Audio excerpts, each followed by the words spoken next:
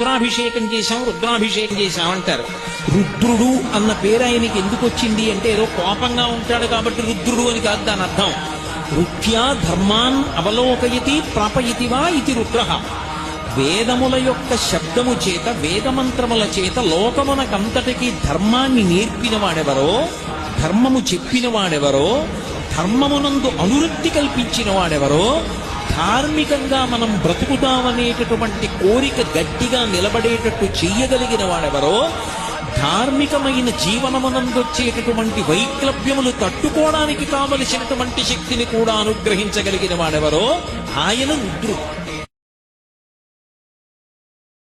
ఈశ్వర సేవ మానవద్దు, శివార్చన మానవద్దు, శివాలయానికి వెళ్ళడం మానవద్దు అని చెప్తారు పెద్దలు.